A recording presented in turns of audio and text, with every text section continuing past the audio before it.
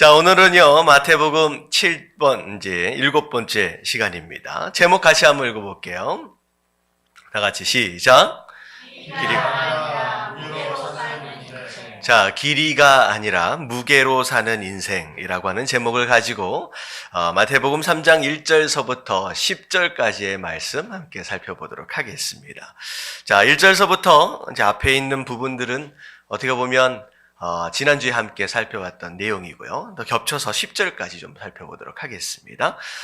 자, 오늘 말씀의 내용은요. 자, 한 절 한 절 좀 먼저 설명을 좀 드리고, 그리고 나서 이 세례 요한에 대한 삶에 대한 내용들을 한 번 더 점검을 할 수 있는 시간을 갖도록 하겠습니다. 자, 오늘 말씀의 내용을 보면, 자, 세례 요한이 유대의 광야에서 말씀을 전하고 있었습니다.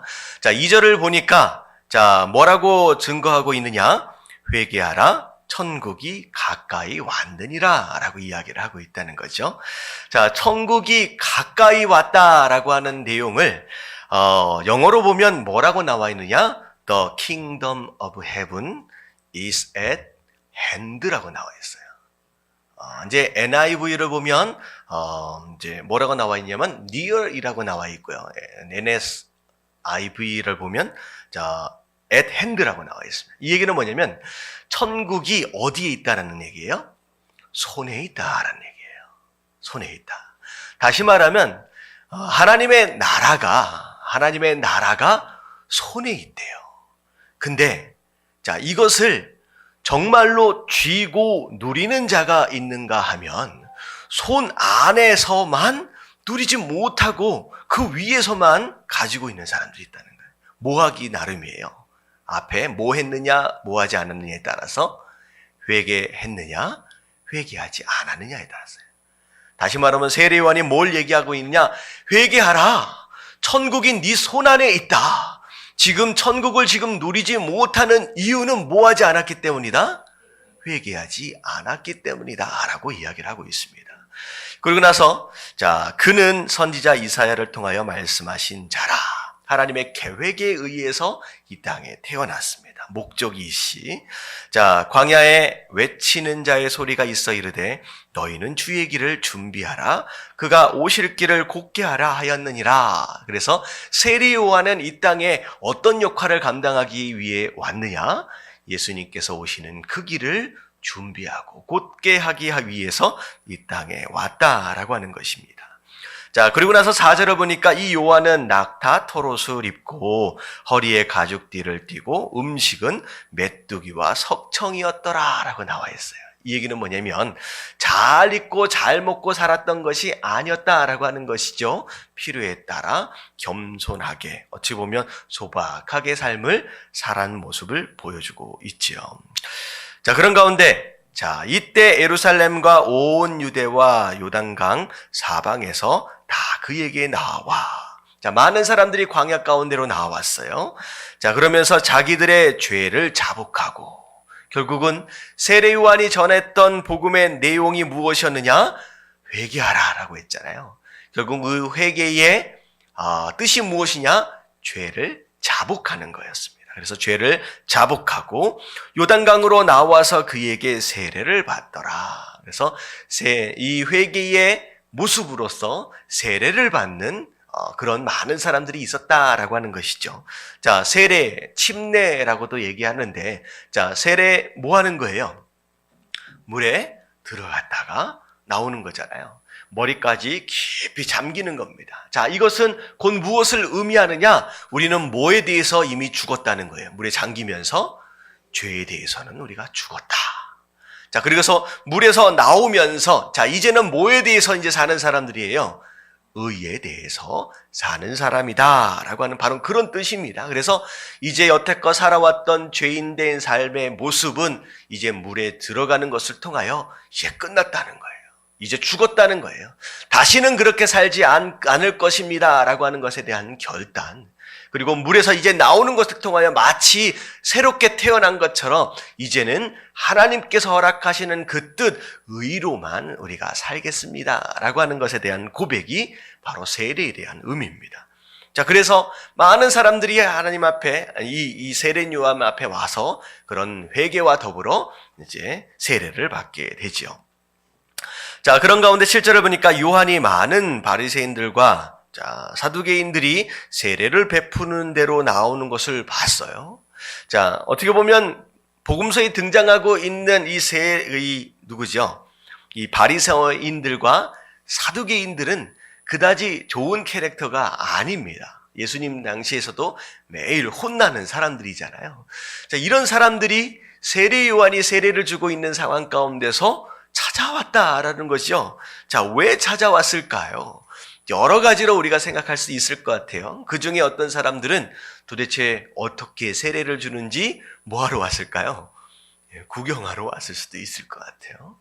그리고 그 당시에 세례 요한한테로 많은 사람들이 나오고 어떤 영적인 권위가 그에게로 주어졌다라고 하는 것으로 말미암아 분위기 때문에 얼떨결에 그냥 따라 나온 사람도 있을 것입니다.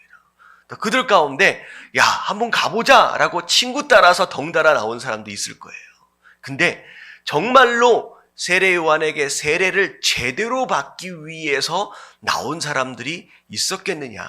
만약에 정말로 회개하는 마음으로 나왔다라고 한다면 세례 요한이 혼내지는 않았겠죠. 자, 뒤에 보세요. 뭐라고 얘기를 하느냐. 나온 그들을 향하여 뭐라고 불러요? 독사의 자식들아.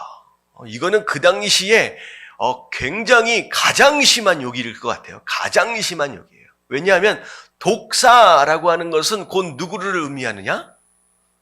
누구를 의미해요? 사단을 의미하잖아요. 사단의 자식들아 라고 얘기하는 것은요, 어찌 보면 굉장히 모욕적이고 굉장히 심한 욕이라는 거예요. 이런 이렇게 부르면서 욕을 합니다.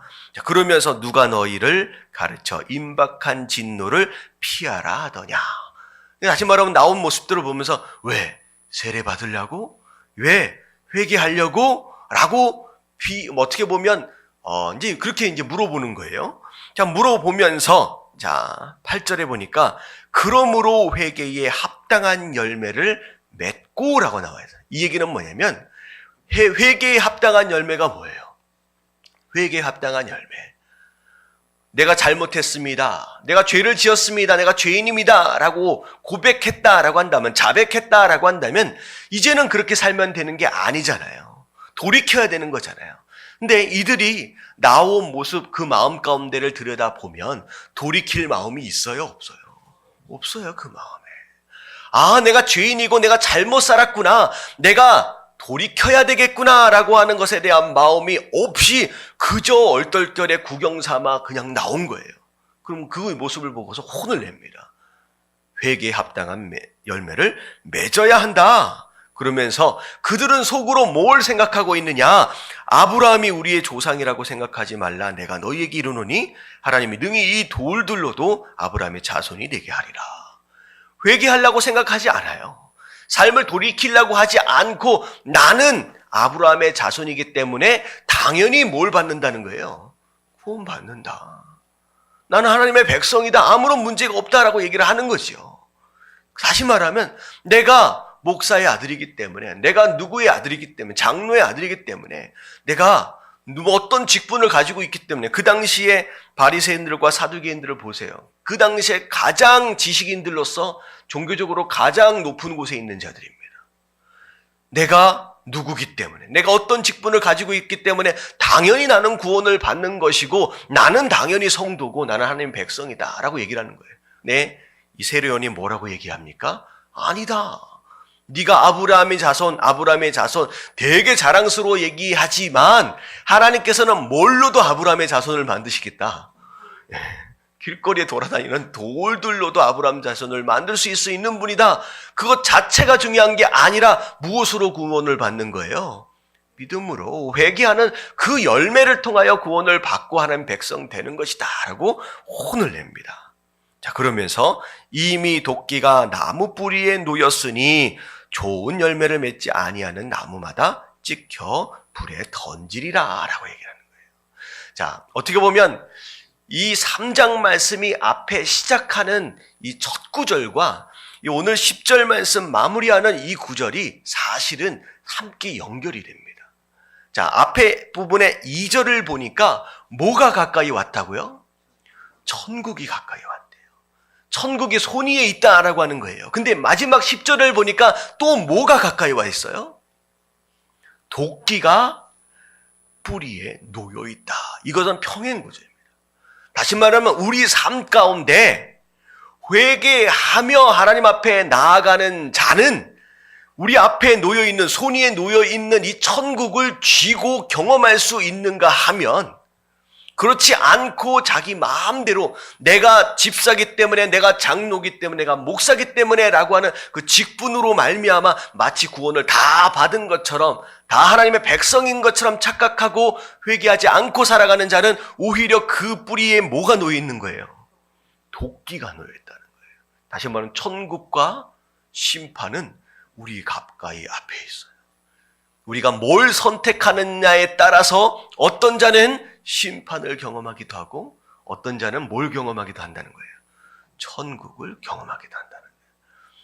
여러분 회개하심으로 말미암아, 여러분 회개 합당한 열매를 맺으심으로 말미암아 여러분 천국을 경험할 수 있는 저와 여러분들 되시길 주님의 이름으로 축원합니다. 아멘. 자, 오늘 말씀의 전체적인 내용은 이런 내용입니다. 자, 우리가 지난주서부터 세례 요한의 삶에 대해서 우리가 좀 공부를 하면서 살펴보고 있는데, 자, 오늘도 세례 요한의 삶에 대해서 조금 더 집중적으로 좀 살펴보도록 하겠습니다. 자, 그래서 오늘 말씀을 통하여 하나님께서 어떤 삶이 의미 있는 삶이고 성도의 삶인지 또 특별한 음성을 주실 줄로 믿습니다. 아멘. 자, 요즘에 TV 프로를 보면 굉장히 관심을 받고 인기를 누리고 있는 3가지 종류의 프로가 좀 있어요. 각 방송사들마다 하나같이 다 이런 프로그램들을 다 만들어가고 있는데, 첫 번째가 뭐냐면 건강에 대한 프로그램입니다. 방송사들마다 뭘 어떻게 해서 만들어 먹으면 건강에 좋고, 뭘 어떻게 달여서 먹으면 건강에 좋고, 뭘 어떻게 차로 만들어서 마시면 건강에 좋고, 이런 프로들이 각 방송사들마다 너무너무 많아요. 자, 그리고 두 번째가 뭐냐면 요리 프로그램들이 하나같이 다 있어요. 하나같이. 그래서 요리사들, 우리 남자 요리사들 인기 되게 많잖아요. 그래서 무슨 남이라 그러나? 요생남이라 그러나? 요리를 하는 섹시한 남자들 해서 되게 인기가 되게 많아요. 그래서 하여튼간 요리 프로그램들이 엄청 많이 나옵니다. 자, 그리고 세 번째가 뭐냐면 부모하고 자식들, 아기들이 나와서 하는 프로그램들이 다 방송사들마다 하나씩 다 있어요.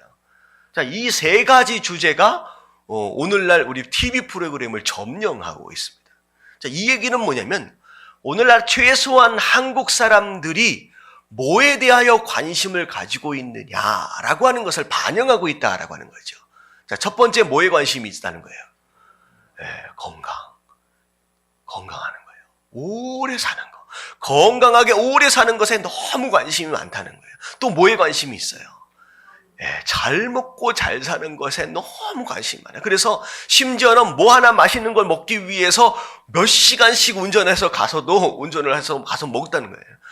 라디오 방송을 들어보니까 돼지국밥이 그렇게 맛있대요. 어디 가면 맛있대요? 저기 부산에 가면 돼지국밥이 맛있대요. 그래서 서울 사는 사람이 점심 때 그걸 먹으려고 운전해서 4-5시간을 운전해서 가서 점심을 먹고 왔대요. 이게 제정신이 아닌 거죠. 그런데 가는 차비가 더 들었을 것 같아. 돼지국밥 한 5-6천 원 할까요? 싸게 팔잖아요. 근데 운전해서 가면 한 4-5만 원씩 나왔을 것 같은데. 그러니까 잘 먹고 잘 사는 거 너무 관심이 많아. 그리고 갑자기 뭐에 관심을 갖게 됐느냐? 가정에 관심을 갖는 거예요. 우리 가족이 행복해야 좋다라고 하는 것에 대한 눈을 뜨기 시작하는 거죠. 자, 물론 이런 것들이 굉장히 중요할 수 있습니다. 건강하게 오래 사는 거, 그리고 잘 먹는 거, 건강하게 먹는 거죠. 그리고 가정이 행복하게 살아가는 거 너무 중요할 수 있는데, 과연 정말로 인생을 살아감에 있어서 이것들만이 전부겠느냐는 거죠.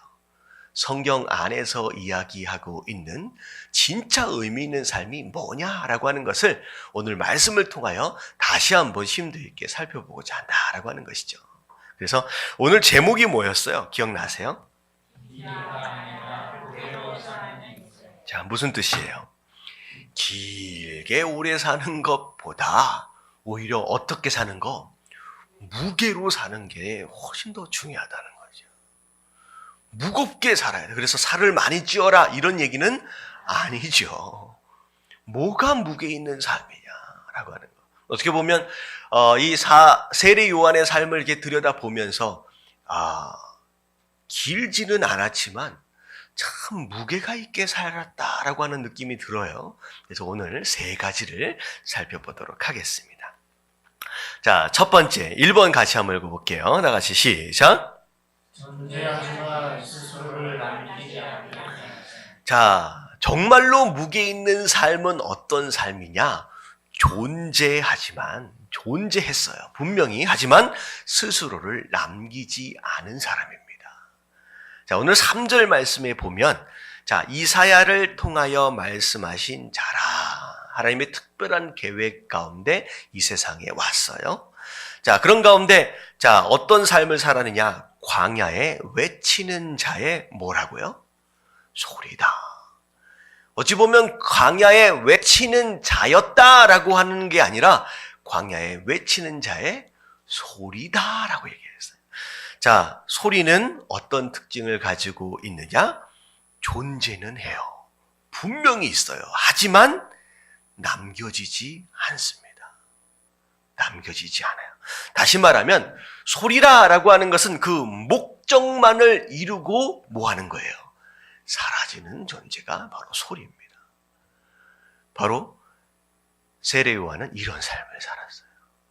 스스로를 남기려 하지 않았습니다.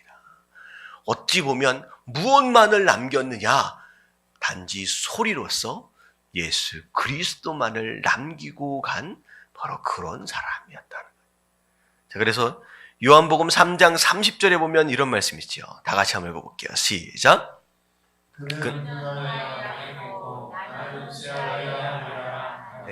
지난주에 함께 나눴던 말씀입니다.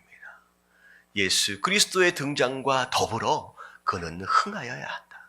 그는 많은 사람들에게 더 알려져야 하고 그는 이 세상에 남겨져야 한다. 많은 사람들이 내 이름이 아니라 예수 그리스도의 이름을 기억해야 한다라고 하는 거예요. 그분이 하신 말씀은 기억해야 한다는 거예요. 근데 나는 어떻게 되어져야 한다? 나는 사라져야 한다.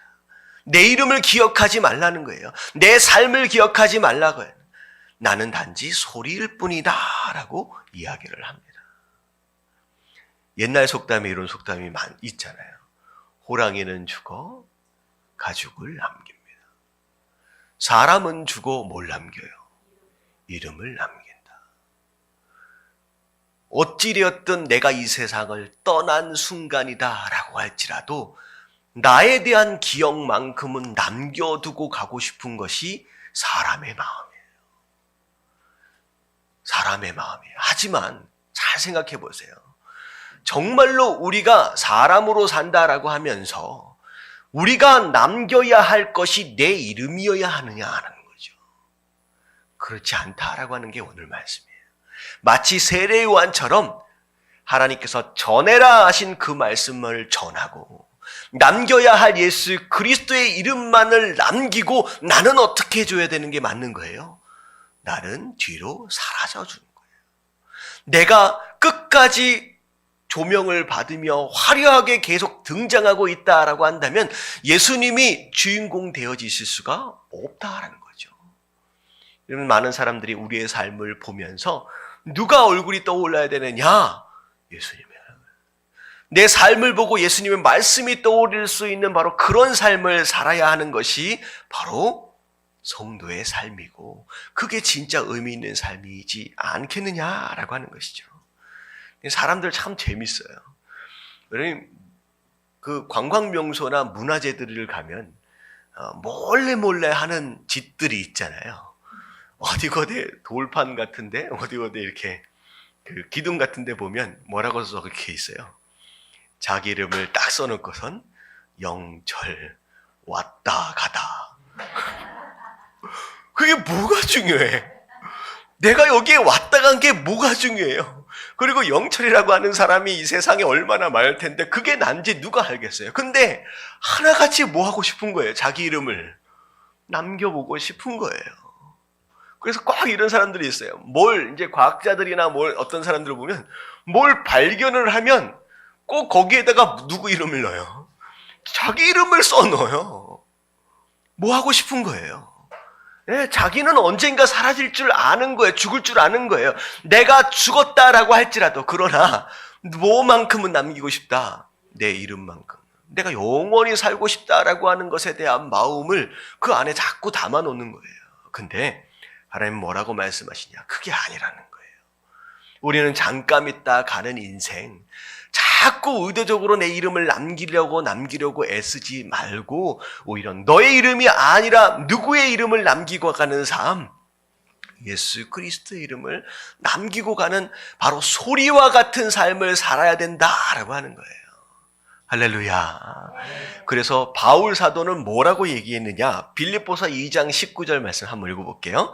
다 같이 시작. 아예 너희들의 죄를 자하사 섬기기에 내가 나를 전제로 드리자라도 나는 기뻐하고 너희 무리와 함께 기뻐하리.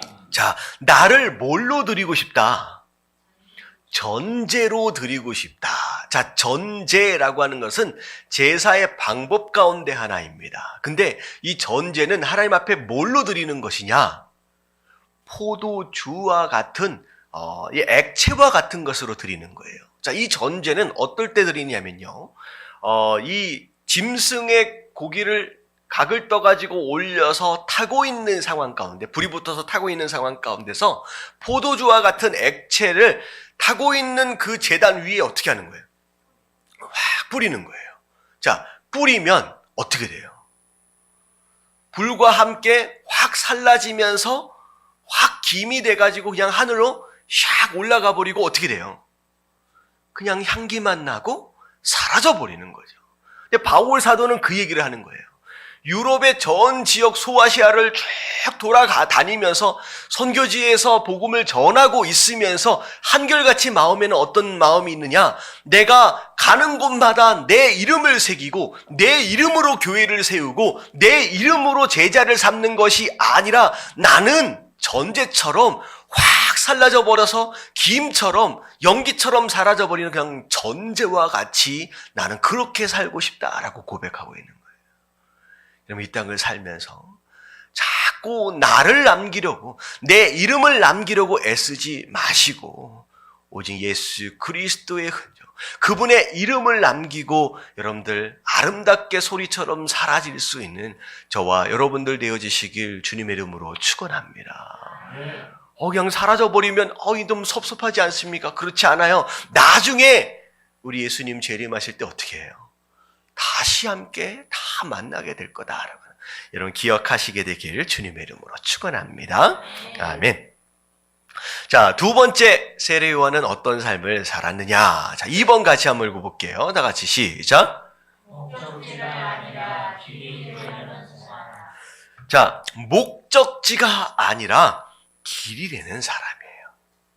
자, 3절의 말씀을 보면 너희는 주의 길을 준비하라. 그가 오실 길을 곧게 하라. 다시 말하면 세례 요한은 길로서의 삶을 살았습니다. 평생 살면서 내게 오라, 내게 오라라고 얘기한 게 아니라 나를 통해서 누구를 만나라? 예수 그리스도를 만나라. 많은 사람들을 스스로 모으려고 애쓰는 사람이 되지 마십시오. 여러분, 내 주위에 사람들이 모인다라고 한다면 여러분, 나 그 모여든 사람을 누구에게로 인도해 가야 돼요? 예수 그리스도에게로 인도해 가야 합니다. 보면 친구들이 많은 사람들이 있어요. 함께 모이면 서로 사교성이 좋아가지고 여러 사람들을, 이러면 함께 어울려서 친구들 많이 나와 더불어 사귀는 게 중요한 게 아니라는 거예요. 하나님께서 사교성을 주시고 많은 친구를 주셨다라고 한다면 그 친구들을 누구에게로 인도하는 길이 되어야 한다. 예수님께로 인도하는 길이 되어져야 한다. 그냥 야 나는 친구가 누가 있고 자랑 삼아서 내가 그냥 인생을 친구들과 함께 외롭지 않게 누리기 위해서 그렇게 우리에게 친구를 주신 게 아니다라는 것이죠. 그래서 우리는 길이 되어야 해요. 그래서 제가 한번 어떤 말씀을 드렸느냐면 길을 만드는 교회가 있고요. 성을 쌓는 교회가 있어요. 자, 길을 만드는 교회는 어떤 교회예요? 문이 활짝 열려 있어요. 아무나 들어와도 돼요. 그래서 함께 어울릴 수 있어요. 그리고 그걸 통하여 누구에게로 나아갈 수 있느냐? 예수 그리스도께로 너무나도 편안하게 나아갈 수 있는 길처럼 세움을 받은 교회가 있습니다. 근데 어떤 교회는 스스로 뭘 계속 쌓아요? 성을 쌓아요. 우리들끼리만 너무 행복하고 너무 좋은 거, 너무 친한 거예요. 그래서 새로운 사람들이 오면 적응이 안 돼. 함께 어울리지 못해. 오히려 성을 쌓아가지고 아무도 함께 가까이 하지 못하도록 성을 쌓아가는 그런 모습들이 있다라고 하는 거죠. 제가 군대 생활을 할 때 참 외로웠던 것 같아요. 왜 외로웠냐면, 제가 의무경찰로 군대 생활을 했습니다. 그래서, 제가 근무하게 될 경찰서를 지정을 받고서 동기들과 함께 경찰서로 갔는데, 동기들이 2명이 더 있어요. 그래서 저와 3명이 경찰서에 딱 배정을 받아서 갔는데, 한참 이동하다 보니까 느낌이 이상해. 무슨 느낌이냐면, 나머지 동기 2명이 너무 친한 거야. 알고 보니까 이 2명이 초등학교 때부터 친구야. 그래가지고 같이 지원서를 넣어가지고 친구끼리 같은 시기에 같이 군대를 와가지고 훈련받고 같은 장소에 배정을 받은 거야. 완전히 친구예요. 완전히 친해요. 그러다 보니까 제가 낄 수가 있어요, 없어요? 동기인데 나만 외톨이야. 그래가지고 군대 생활 한 2년 넘게 하면 2년 2개월 하면서 계속 혼자 외롭게 지냈던 것 같아요. 동기끼리 서로 친할 수가 없었어요. 왜 그랬을 것 같아요? 제가 왜 외로워요? 얘네 둘이 너무 친구해. 너무 친해버려요. 여러분, 이거 마찬가지예요. 우리끼리 너무 친해버리면 어떻게 돼요? 우리 스스로 다른 사람들이 들어올 수 있는 성을 쌓아버리는 상황이 벌어지는 거예요. 여러분, 서로 친한 것은 속으로 표현하시고, 여러분, 누구든 함께 어울릴 수 있게끔 여러분들 활짝 열린 길 되어지는 교회가 되어야 될 줄로 믿습니다. 그래서 자기들끼리만 성을 쌓는 교회, 이런 교회는 어떤 교회가 되어버리느냐? 이 서기관들과 이 바리새인들과 같은 그런 교회가 되어버릴 수 있어요. 보면 마태복음 23장 13절에 보면, 화 있을진저 외식하는 서기관들과 바리새인들이여, 너희는 천국문을 사람들 앞에 닫고 너희도 들어가지 않고. 그러니까 이 사람들은 회개하지도 않았어요. 그리고 자기네들끼리만 친해요. 그래가지고 자기네들끼리 똥돌 뭉쳐가지고 성을 딱 쌓아버린 상황 가운데 아무도 그 안으로 들어가지를 못하도록 뭐 해버리고 있다는 거예요? 막아버리고 있다는 거예요. 그래서 자기네들도 안 들어가는 상황 가운데, 그래놓고선 들어가려 하지도 않고 들어가지도 못하게 하는도다라는 거죠. 여러분, 교회는 성을 쌓는 것이 아니라 뭘 내는 곳이에요? 길을 내는 곳입니다. 그래서 우리 한 사람 한 사람이 바로 예수님께로 인도해 가는 바로 그런 길이 되어야 될 줄로 믿습니다. 근데 중요한 게 뭐냐면, 여러분들 길을 만들려면, 우리가 길이 되려면 어떻게 해야 하느냐는 거예요. 우리가 길이 되려면, 여러분, 아무것도 없는 허허 볼판에 막 언덕도 있고 돌들도 있고 막 숲풀도 우거져 있고 하는 그런 가운데 마치 프론티어처럼 길을 만드는 사람이 있다라고 한다면, 여러분 3가지 작업을 해야 됩니다. 4가지 작업을 해야 돼요. 자, 첫 번째는, 길이 없는 장소에는 어떤 데는 어떻게 되어 있는 장소가 있어요? 높게 툭 튀어나온 곳이 있어요. 다 툭 튀어나온 곳은 어떻게 해야 돼요? 깎아내야 돼요. 자, 어떤 데는 움푹 들어가 있는 웅덩이와 같은 곳이 있어요. 여기를 길을 밀려면 어떻게 돼요? 채워 넣어야지 평평해진다라고 하는 거죠. 자, 어떤 곳에는 이만한 돌덩어리가 꽉 박혀 있는 데가 있어요. 그럼 어떻게 해야 돼요? 예, 깎아내기 어렵잖아요. 그러면 이게 돌 같은 것은 빼내야 돼요. 자, 어떤 곳은요, 막 나무도 자라있고, 뭐 가시덩굴도 막 다 자라있어요. 자, 그러면 어떻게 해야 돼요, 또? 그런 것들을 다 뽑아내야 돼요. 제거해야 돼요. 이게 길을 만드는 작업입니다. 굉장히 단순하잖아요. 근데 우리가 이 세상 사람들에게 그런 길과 같은 자의 역할을 감당하려면 우리 안에서도 이 네 가지의 일들이 일어나야 우리가 길이 될 수 있다라고 하는 거예요. 자, 우리 안에 어떻게 해요? 볼록 푹 튀어나온 것이 있다라고 하는 것은 이건 곧 무엇을 의미하느냐? 우리 마음의 교만한 마음입니다. 교만한 마음. 불쑥불쑥 튀어나온 사람, 그런 언덕들이 있다라고 하는 거죠. 자, 그랬을 때 이 교만한 마음들을 어떻게 해야 된다? 빨리 깎아내야 합니다. 넘어가지 못해요.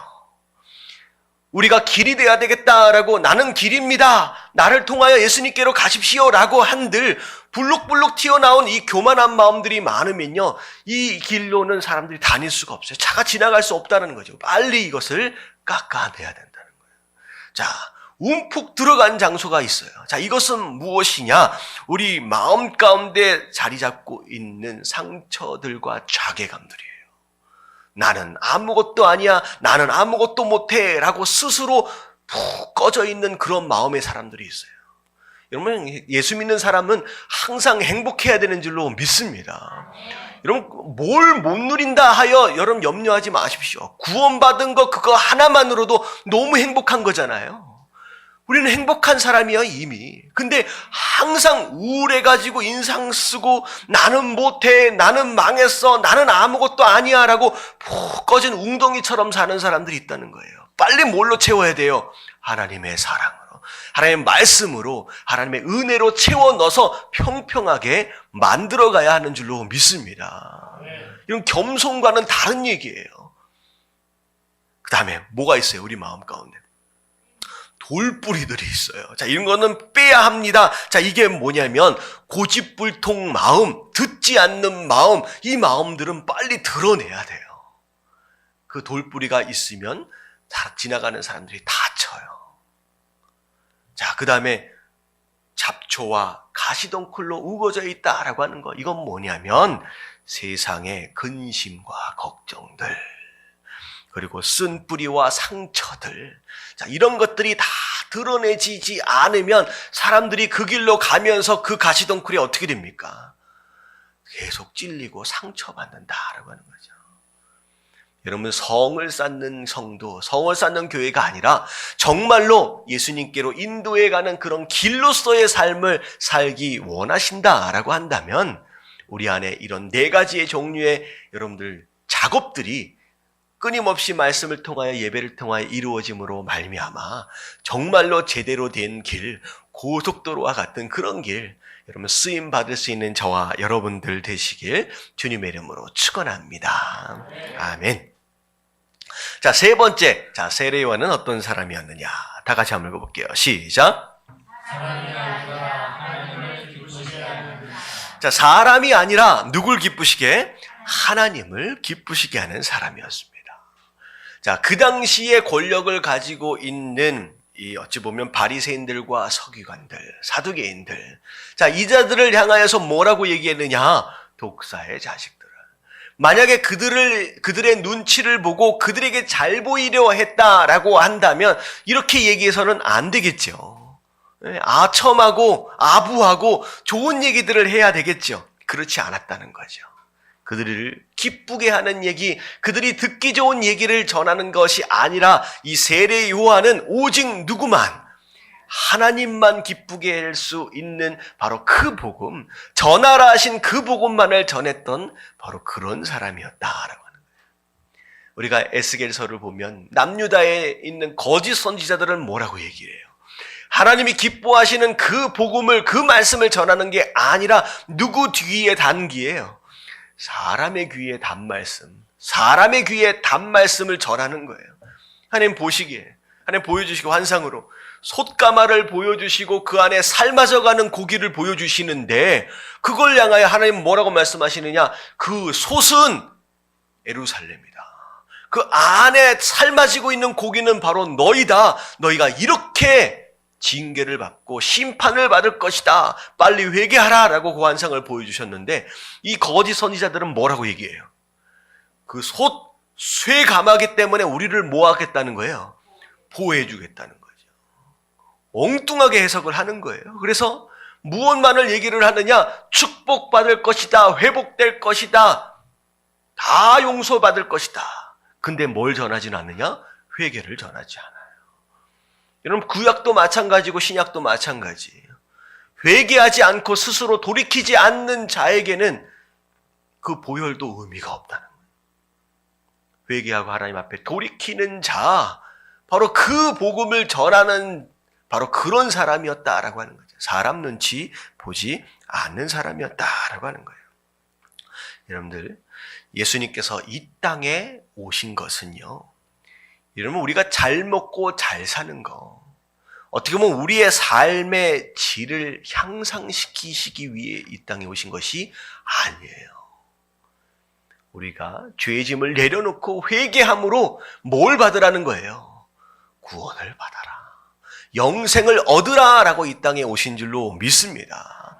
단순히 이 땅에서 아들, 딸 낳고 잘 먹고 잘 사는 거, 우리 가정 행복하고 아무 일 없는 거, 그냥 우리 사업 잘 되는 거, 그것을 위해서 이 땅에 오신 것이냐? 그렇지 않다라고 하는 거예요. 근데 요즘에는요, 그 가짜 복음이라고 하는 것이 진짜 행색을 하고 있는 삶이 돼요. 그런 분위기가 돼 있어요. 왜 그럴까요? 선지자들이 어찌 보면 말씀을 전해야 하는 자들이 누구 눈치를 봐요? 사람의 눈치를. 말씀을 통하여 누굴 기쁘게 하고 싶은 거예요? 사람을 기쁘게 하고. 하나님이 아니라 사람을 기쁘게 하기 위해서 그런 얘기들이 되어지고 있기 때문이래요. 그래서 우리가 지난주에 살펴봤던 내용들 가운데 데살로니가 전서 큐티에서 봤죠. 2장 4절부터 5절까지 보면 같이 한번 읽어봅니다. 시작. 오직 하나님께 우리의 열심을 띠고 복음을 위탁받았으니 우리가 이와 같이 말함은 사람을 기쁘게 하려 하나요 오직 우리 마음을 감찰하시는 하나님을 기쁘게 하려 하라. 자, 여기까지요. 자, 사람을 기쁘게 하려 함이 아니다라는 거죠. 바울 사도는 그렇게 전했다. 오직 우리의 마음을 감찰하시는 누구? 하나님을 나는 기쁘시게 하기 위해서 복음을 전했다는 거예요. 그래서 어떻게 보면 하나님이 아니라 사람을 자꾸 기쁘게 해드리려 그러면 어떤 말을 하게 되느냐? 우리가 아무 때에도 뭐 하는 말? 아첨하는 말. 그러면 사람을 자꾸 기쁘게 하려고 하면 아첨하는 말을 해요. 뭐 한다는 거야? 다 잘한다. 좋은 일이 있을 거야. 라고 하는 그런 사람의 듣기에 좋은 말들만 이제 늘어놓게 된다라고 하는 것이죠. 근데 세례요한은 그렇게 살지 않았어요. 다른 사람들이 자기를 욕한다라고 할지라도, 자기를 싫어한다라고 할지라도 나는 사람을 기쁘게 하기 위해 사는 게 아니다. 나는 하나님을 기쁘게 하는 삶을 살겠노라 라고 하면서 그런 삶을 사는 것이 세례요한의 삶을 살았습니다. 자, 오늘 말씀 제목을 보면 길이가 아니라 뭘로 살아라? 무게로 살아. 건강하게 오래 사는 것만이 의미 있는 삶이겠느냐? 그렇지 않아요. 비록 좀 짧게 산다라고 할지라도 어떻게 살 수 있어요? 무겁게 살아갈 수 있어요. 그렇게 살려면 세례요한처럼 오늘 3가지입니다. 자꾸 자기의 이름과 자기를 드러내려고 하는 삶이 아니라 누구요? 오직 예수 그리스도. 존재하지만 스스로 남기지 않는 바로 그런 사람을 사는 거. 이러면 자꾸 자기가 남아있으면 시끄러워져요. 옛날 그런 광고 있잖아요. 제가 자주 듣는데 용각산처럼. 용각산은 소리가 나지 않습니다. 왜 그래요? 하도 부서져서 너무 미세한 가루로 만들어졌어요. 소리가 안 나요. 우리의 삶이 그렇게 돼야 돼요. 부서지고 부서져서 마치 바람 불으면 확 사라져버릴 것처럼 날아갈 것처럼 그렇게 깨어지고 부서지면요, 우리 가정에서도요, 교회 안에서도요, 시끄러운 소리 나지 않습니다. 우리 가정이 계속 시끄러워지고 교회가 시끄러워지고 자꾸 어디가 시끄러워지고 있다라고 하는 것은 아직도 내가 뭐하지 않았기 때문에, 깨지지 않아서요. 내가 사라지지 않았어요. 내가 사라져버리면요, 소리가 되어버리면요, 절대 시끄러워지지 않습니다. 그래서 박수도 어떻게 해야 박수가 쳐져요? 마주쳐야 소리 나요. 아무리 한쪽이 세게 때린다라고 할지라도 이쪽이 버티지 않고 사라져버리면 소리가 나요, 안 나요? 여러분, 이게 어떻게 보면 진리예요. 여러분들 스스로 남기려고 하지 마십시오. 소리처럼 사라져버림으로 말미암아 정말 조용하고 예수 그리스도만 높여드리는 저와 여러분들 되시길 주님의 이름으로 축원합니다. 그리고 두 번째는 내가 목적지가 되면 안 돼요. 자꾸 사람들을 나에게 모으려고 하지 말고, 누군가가 나와 함께 친하고 가까이 오려 한다, 그건 뭐하라는 소리예요? 예수 그리스도께로 인도해가는 길이 되어라는 거예요. 근데 아무렇게나 길 되어지지 않습니다. 어떻게 해야 된다고요? 볼록 튀어난 것을 교만한 마음 빨리 쳐내야 돼요. 움푹 들어가 있는 스스로 자괴감을 빠져있는 사람 빨리 은혜로 메꿔 넣고요, 돌뿌리 고집불통 빨리 드러내고 우리 안에 근심과 걱정과 욕심으로 가득 차 있는 세상 것들, 잡초들을 빨리 걷어내야 합니다. 그러면 깨끗한 길이 되어서 많은 사람들을 예수 그리스도께로 인도해 갈 수 있는 그런 성도가 될 줄로 믿습니다. 그리고 마지막으로 누굴 기쁘시게 해라? 하나님을 기쁘시게 해라. 여러분, 이게 우리의 삶의 목적이 되어지고, 여러분, 이런 삶을 살아갈 때 비록 짧은 인생을 산다라고 할지라도 이 세례요한처럼 묵직하게 무게 있는 삶을 살게 될 수 있는 줄로 믿습니다. 아멘.